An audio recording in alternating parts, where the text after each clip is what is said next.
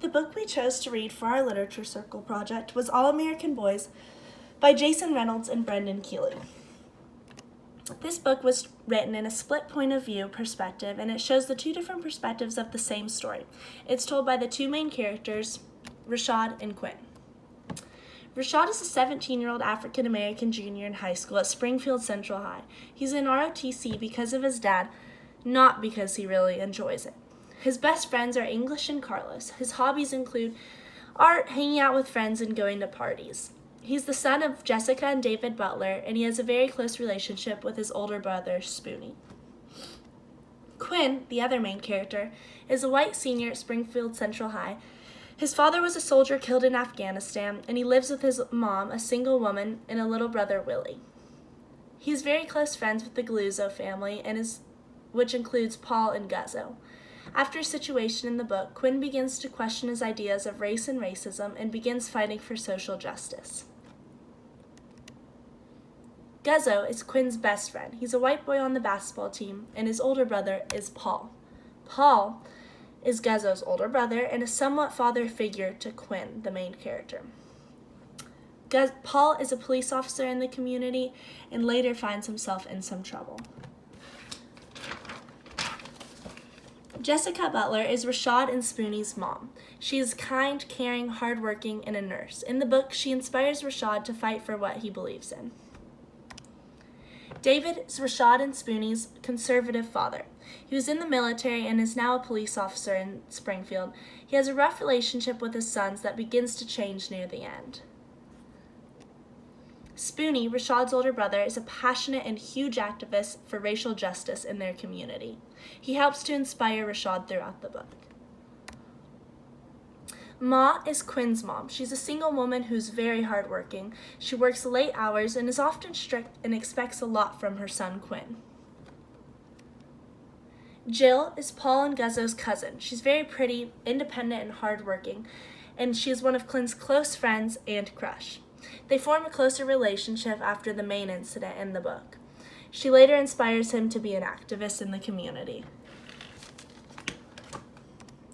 English is one of Rashad's other best friends. He's the basketball team captain, very handsome and kind. Carlos, another one of Rashad's best friends, is a graffiti artist and supportive of Rashad throughout the whole events and an activist in the community. All American Boys is a book written with two narratives, Rashad and Quinn's. The two boys have separate lives and are not aware of one another, but their stories cross paths with the same incident at Jerry's, the convenience store. While Rashad is beaten by police, Quinn is an outsider and sees the core outside of Jerry's. It is my prediction that the two boys go to the same school but are not friends. They have mutual friends via the basketball team, which could possibly bring them together later in the story. Both boys have similar backgrounds, Rashad having a very strict military dad who forces him to be in the ROTC, and Quinn's father who died serving the country. When Rashad's story is being shared, he illustrates a point of view, walking into Jerry's and trying to buy chips, until a lady bumps into him and a police officer assumes he is trying to assault the woman. The woman is speechless and does not interfere when the cop starts beating, attacking, and further hospitalizing Rashad. Rashad's biggest advocate is his older brother, Spoonie. He has two close friends whom he grew up with, English and Carlos. His mother plays the typical worried mom who always seems to calm down his uptight and military-raised father of Rashad's. With the personality that Rashad's dad has, he doesn't believe Rashad is innocent, hinting to the fact that Rashad gave people reason to suspect he was trying to steal, such as his pants being too low or the actions and, quote, vibes he was giving off at the store, were reasons for his father to question what he had done, assuming he had done something in the first place. Quinn comes into the story when he goes to the same store to buy the beer for him and his two friends, Guzzo and Dwyer, for a party they are attending later that evening. His story is told as he oversees Rashad's, quote, arrest occurring at Jerry's. Quinn connects the dots that the cop who is brutally hurting Rashad is Guzzo's older brother, Paul. Paul has played a big brother role in Quinn's life ever since he and Guzzo had been friends.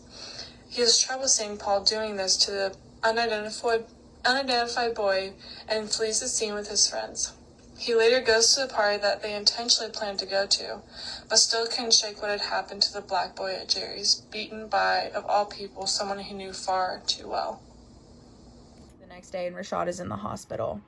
This is the first time that Rashad's family has got to see him since he's been released from police custody.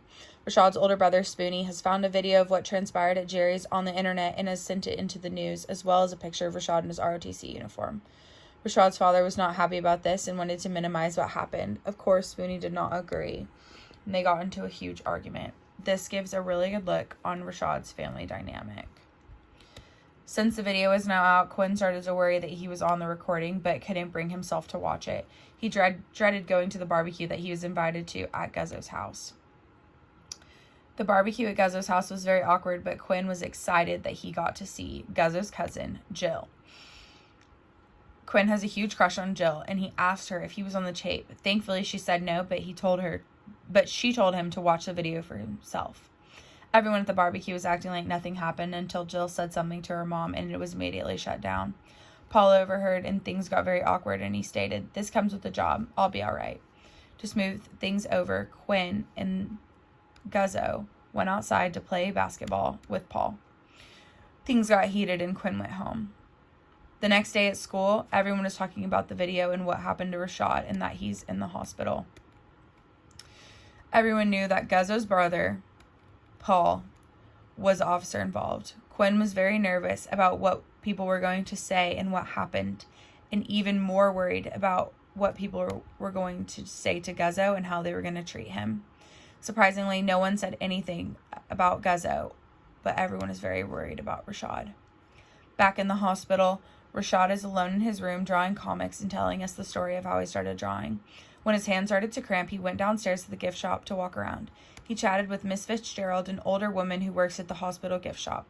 Shortly after, he came back upstairs and was settled into bed. His boys came to visit.